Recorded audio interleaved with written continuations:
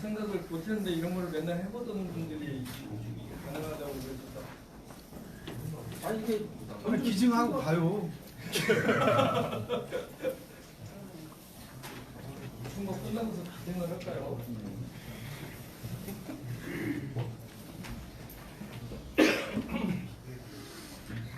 여기 우리 그 기자님 중에 한 분이 뒤에 병풍을 세우는 게 어떠냐는 아이디어를 주신 분도 계셨는데 현역 의원하고 근데 현역 의원 병풍을 이길 수가 없잖아요.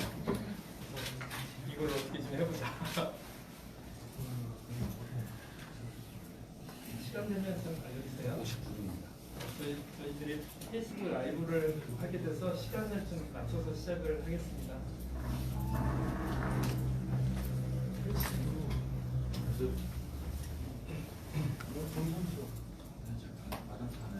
작년에는 청주시청 기자실에서 맨날 이렇게 해가지고 저희가 익숙해질 무렵에 선거에 낙선을 했는데 여기 도청 진짜 오랜만에 여기 오네요. 8년 내내 여기 쓰는 자리인데 갑자기 좀 낯설어졌습니다. 시작하겠습니다. 잠시만요. 시작하겠습니다. 제가 신호드리겠습니다.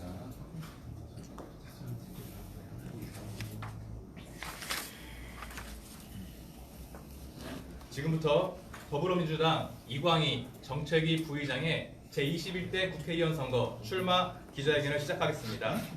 이광희 부의장은 제9대 10대 충청북 도의원을 역임했고 현재 충청북도 환경정책 자문관으로 활동하고 있습니다.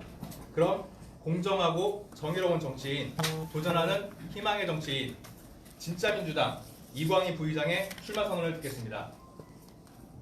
안녕하십니까. 방금 소개받은 이광입니다. 오늘 출마 선언을 합니다. 출마 선언을 읽겠습니다. 이광희가 진짜 민주당입니다.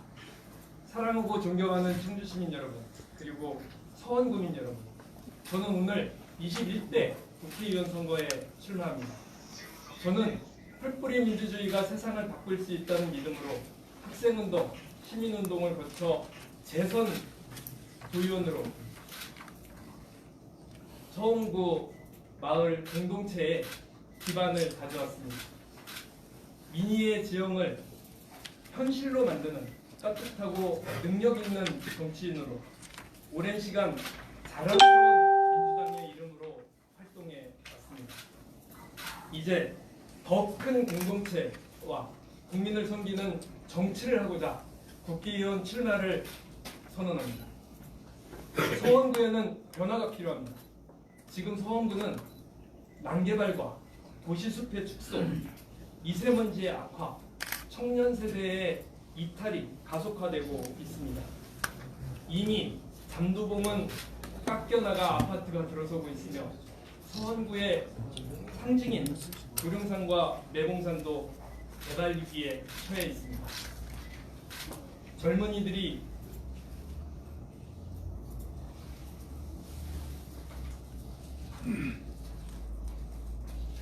지난 4년간 청주시의 인구는 늘고 있지만 서원구는 유일하게 인구가 줄어들고 있습니다. 젊은이들이 떠나고 일자리는 생겨나지 않으며 정주 여건은 악화되고 아파트값은 폭락하고 있습니다.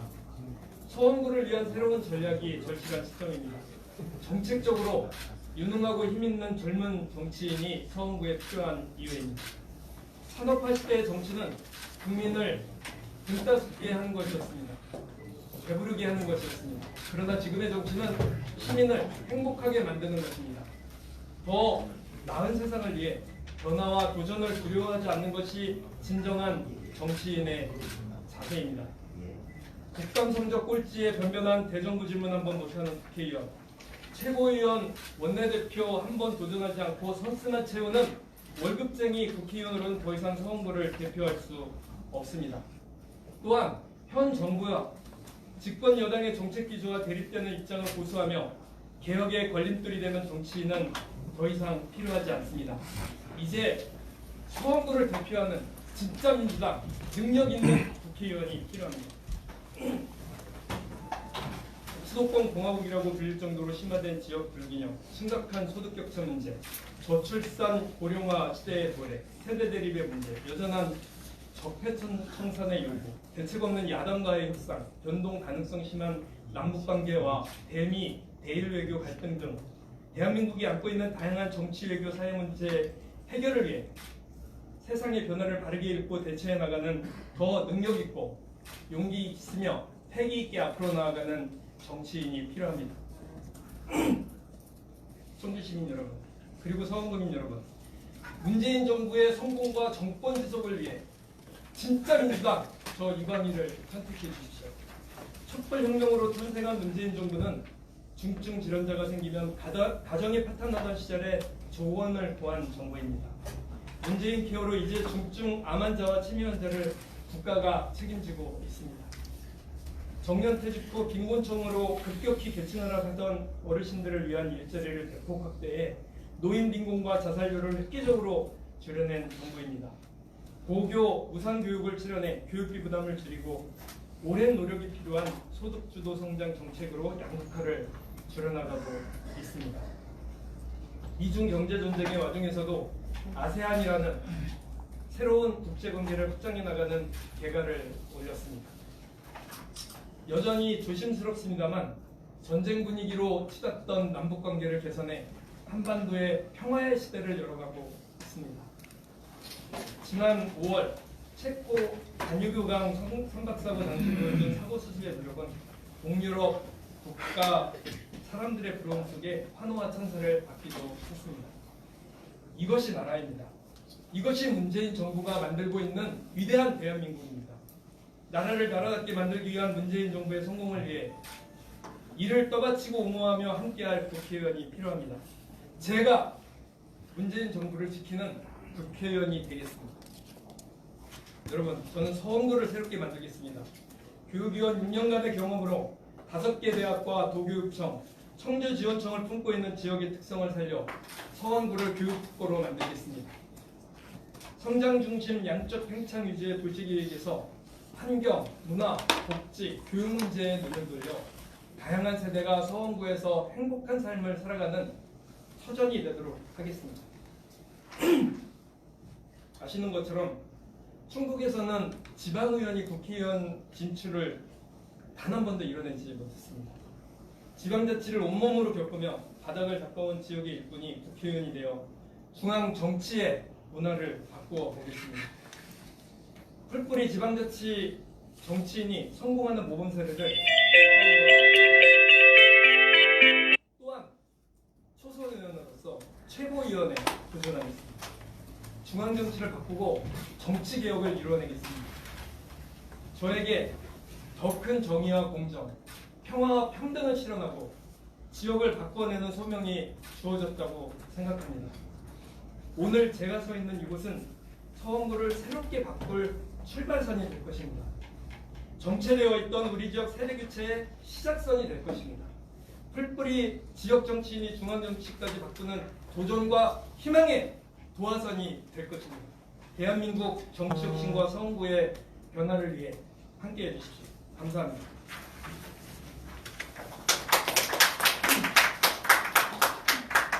다음으로 질의응답 시간을 갖겠습니다. 질문하실 분은 손을 들어 주십시오. 네. 향후 일정은 어떻게 되시나요? 이제 다음 주 화요일 날 예비 후보 선관위 등록을 하고요. 그리고 나서 본격적으로 선거운동이 시작이 됩니다. 본격적으로 선거운동이 시작이 되면 기존의 선거운동이 본격적으로 시작될 때 선거운동원과 차량 이것만 빼놓고 거의 다 할 수 있어서 준비를 좀 철저히 했습니다. 그래서 진행이 될 예정이고요. 또 하나는 청주시장 선거 출마를 했다가 지방선거에서는 없었던 제도를 맞닥뜨리게 되는데요. 수원회를 구성을 할 수가 있습니다. 그래서 수원회 구성을 곧 할 예정입니다. 평상시에 세대 교체론이나 불가리론 많이 주장하셨잖아요. 네. 그거에 대해서 좀 전에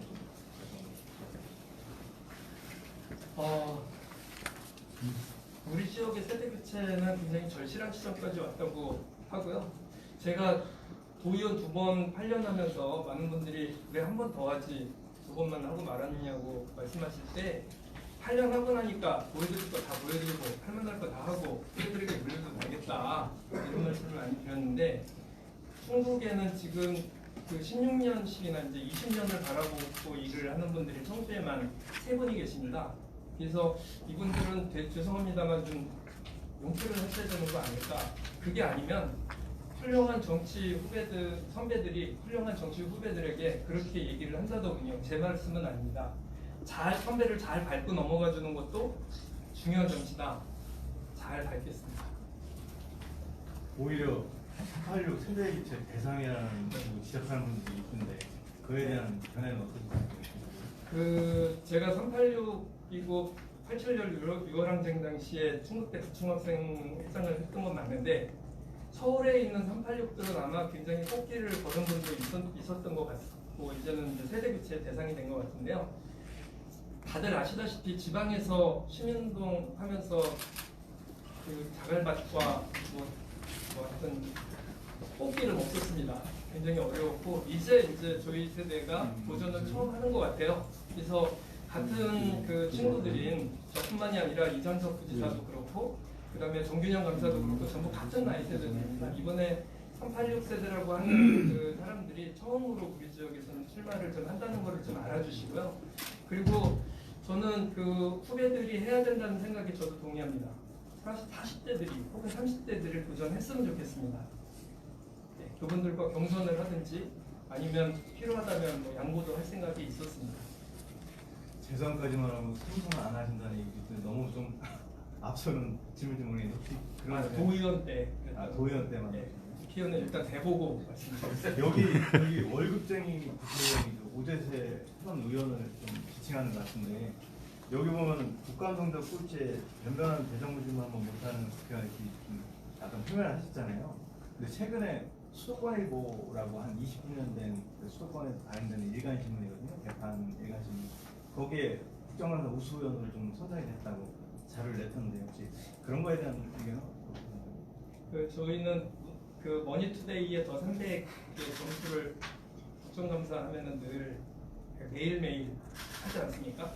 거기에 별로 5개 만점에 늘 2개거나 1개 반을 누구라고 지칭하진 않겠습니다만 하는 분은 지칭을 한 거고요. 그리고 네 그렇습니다. 그 경선 하셔야 되잖아요. 네 그렇습니다. 그럼 아까 말씀하신 그 오재세 의원이나 뭐 당내 유권자 있을 텐데 그걸 뚫고 나갈 수 있는 뭐 대책이라든가 이런 것들이 있어요? 저에게 주어진 시간이 지금 예선 예비 후보 시절 이제 오늘을 기점으로 해가지고 예비 후보 등록 시점부터 일 거라고 생각을 해요. 진짜 그 현역이 아닌 상태에서 선거운동을 하는 게 정말 어렵습니다. 거의 대부분이 사전 선거운동에 걸리기 때문에 그 이제 본격적으로 시작이 되면 이제 그때서야 그 거의 비슷하게 선거운동을 시작할 수 있지 않을까 싶거든요. 그때 제가 현장에서나 혹은 이번에는 지난번에도 보여드렸던 그 스마트 선거운동 방식도 저에게는 큰 장점이고요. 그 외에 굉장히 화려한 무공을 좀 펼쳐 보여드리겠습니다. 준비를 좀 많이 했습니다. 캐치프레이즈가 진짜 민주당이라고 그러셨잖아요. 네, 그렇습니다. 어떤 의미인지 또 누구를 뭐 그럼 누가 가짜 민주당이냐 뭐 그런 거 지칭하신 것 같은데 그거 좀 설명 좀 부탁드립니다.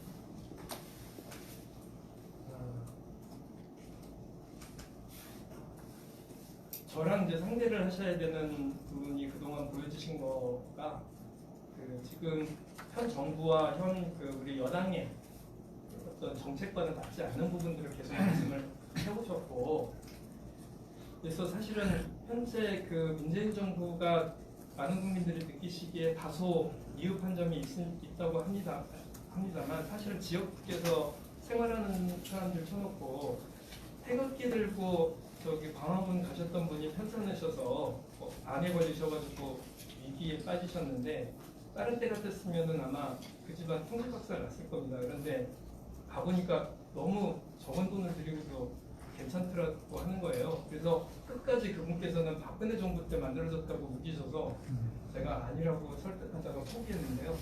이렇게 세상은 좀 조금씩 나아지고 바뀌어질 수 있는 굉장히 많은 부분이 있다고 생각을 하는데 지금 그 최근에도 MBC 중앙 MBC에도 그저께 방송인가요? 나왔었고 한겨레나 다른 신문에도 나왔던 것처럼 되게 어긋나는 결정들을 좀 하셔서 지금 그럴 때가 아니라고 생각을 하고요. 저 서초동에 그 주말이면 올라가고 그럴 때 그것에 대해서도 반대하시더라고요. 그래서 그런 의미에서 지금은 좀 더 민주당 색깔이 강한 민주당이 필요하다고 생각을 하고요. 요거는 경선용 그 슬로건입니다. 그럼 경선 뭐 오재세 의원을 말씀하시는 거예요? 지금까지는 민주당. 예, 그분밖에 없네요. 네. 그 얼마 전에 이제 서원구에 현재 오재세 의원에 이제 집중이 됐는데 오재세 의원 말고도 이제 저희가 알기로는 유행열 씨도 아마 나오는 걸로 이렇게 얘기가 좀 언론에 났는데요. 그 양반하고 이제 송재봉 씨, 뭐 그분 외에 뭐 또 나올 사람이 또 있는지는 모르겠지만 그런 관계를 뭐 지금 오재세 의원 타겟 말고 어떻게 설정을 하시고 유행열 씨는 또 학생회장, 뭐 부총학생회장 이렇게 했으니까 어떤 그 친분이나 이런 게 있을 텐데 어떻게 설정을 하실 건지. 일단 이제 그 구도는 후보가 만들 수 있다고 생각하지 않습니다. 선거를 수도 없이 많이 해봤습니다만 이거는 본인이 만들 수 있는 게 아니고 그리고 뭐 조건이 좀 만들어져야 된다고 생각하는데 어쨌든 민주당이 등록을 예비후보 등록을 1위 받았거든요. 그래서 지난 5일부터 8일까지 받았는데 그때 저 혼자만 등록을 했습니다. 그리고 2차 등록은 18일부터인데 그때까지 등록을 할 기미가 보이지 않고요. 그때는 현역 의원들이 하는 거거든요. 그리고 3차 등록은 내년에나 있습니다.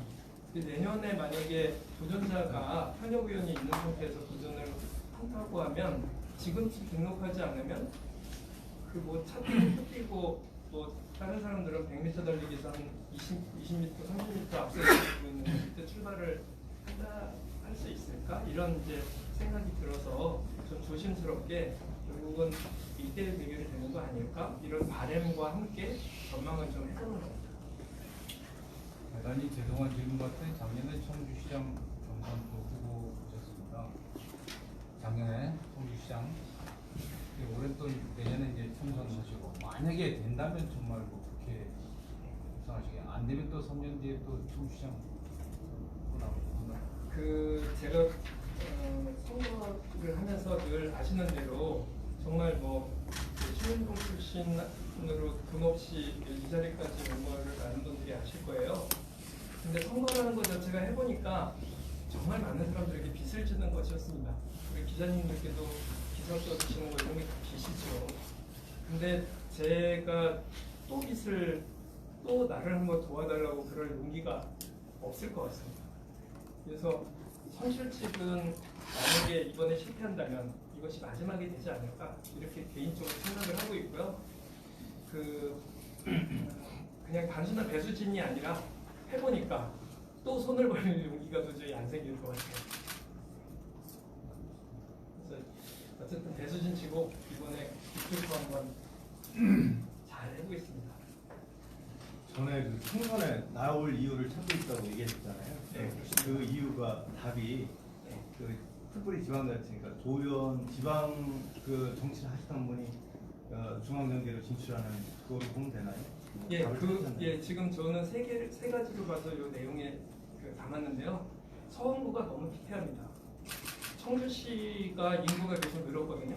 3개구가 늘은 거고 3개구 서원구는 지난 4년 전에 비해서 15,000명이 줄었어요. 전부 젊은 세대들입니다. 젊은 사람들이 떠나는 곳이죠. 왜 그러냐면 일할 곳이 없고 정치 여건이 안 좋고 살 수가 없고 없어지고 있어요. 서원구가. 그래서 서원구에 살면서 정치인으로서 제가 되면 서원구 좀 잘 하겠다는 생각이 좀 듭니다. 할 수 있는 게 굉장히 많았다고 생각합니다.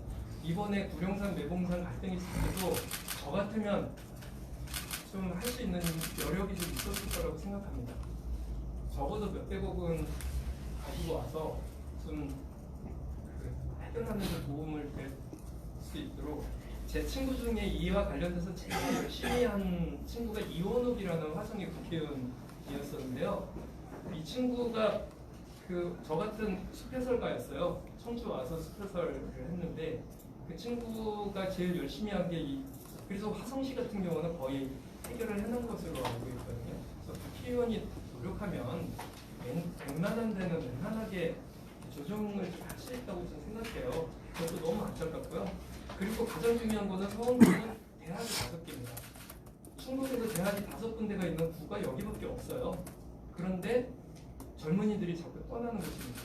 저는 서원구를 교육특구라고 단순하게 말씀드렸는데 서원구에 문화 콘텐츠 산업단지가 들어와서 2~3천 명의 젊은이와 그를 거주하는 사람들, 그를 보필하는 사람들까지 수천 명의 젊은이가 일할 수 있는 터전으로서 정주할 수 있는 여건을 갖춘 쾌적한 동네를 저는 진짜 만들 수 있다고 저는 생각해요. 그리고 그런 것을 여러 가지 도의원하면서도 보여드리기도 했고요. 그래서 그런 면도 있었고, 그리고 지금은 세대 교체가 정말 필요하다고 생각합니다.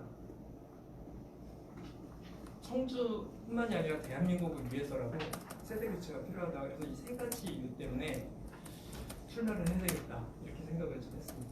끝으로 하나만 더 질문 드릴게요. 보도자료에 있어서 질문 드리는데요. 여기 보면 이제 문재인 케어 얘기하시면서 네. 파탄하던 시절에, 그러니까 가장이 파탄하던 시절에 종을 구했다 행정부가. 네. 근데 물론 이제 이해는 되는데요. 공감하는 부분이 있는데 최근에 그 서민경제가 파탄나면서 가족 단위의 이런 집단 지사 같은 것도 비거나 일어났거든요. 아무래도 해당 집권 여당에 예비후보 이제 등록을 하실 것 같은데 그거 관련해서는 혹시 어떤 변화를 갖고 계신지? 저는 이게 이제 복지 문제인데요. 제가 도의원할 때 정책복지위원장을 하면서 아시는 대로 굉장히 많은 부분들 1년에 70번의 간담회 넘는 간담회와 그동안 50회가 넘는 현장 방문을 하면서 구체적으로 복지 문제는 정말 구체적으로 하나하나 디테일하게 챙기지 않으면 안 되는 문제라고 생각하거든요. 저랑 상대하셔야 되는 분은 복지위원장까지 하셨던 복지 쪽에는 굉장히 전문가라고 하시는 분인데 좀 많이 부족하고요. 복지 사업을 하시는 분들한테는 관대하신 것 같아요. 그래서 저는 제가 되면 일을 하면 그렇게는 하지 않을 거 저는 생각은 드는데 어쨌든 그거 보고 저도 굉장히 가슴이 많이 아팠었습니다. 사각지대는 늘 존재를 해서 복지 문제는 정말 현장에서 디테일하게 하나하나 사례별로 따지지 않으면 안 되는 거는 도연하면서 느꼈습니다. 더 질문이 있으신가요? 많은데 이제 다음에 또 계속 질문 하나. 국회의원 되시면 통일한국을 준비한 뭐 중요한 게 있을까요? 제가 인하협 청년위원장 출신이고 아시는 대로 재야운동 할 때는 민청년이 주로 통일운동 단체였었죠. 2000년도에도 국회의원을 해서 그 당시에 또 새로운 이렇게 돌파를 좀 해보려고 나름 노력한 적이 있었는데요. 그 문제와 관련돼서는 고민이 좀 많습니다. 지금 남북관계가 경색이 돼 있는데 제가 만약 문재인 정부에 영향을 미칠 수 있는 입장이었으면 굉장히 강력하게 개성공단이나 금강산 문제는 풀어야 된다고 아무리 미국과의 관계가 있더라도 풀어야 된다고 했었을 것 같습니다. 그리고 청주시장에 있을 때처럼 계속적으로 정책 발표를 그때처럼 자주 하진 않고요. 한 3번에서 4번 정도로 지금 기획을 하고 있습니다. 그때 좀 더 자세한 서원구를 바꾸는, 또 정치를 바꾸는, 또 정치 개혁을 이루는 의회에 특권을 내려놓는 이런 내용들을 가지고 기자님들께 서보겠습니다. 네, 그럼 이것으로 더불어민주당 이광희 정책위 부의장의 제21대 국회의원 선거 출마 기자회견을 마치겠습니다. 감사합니다. 네, 감사합니다.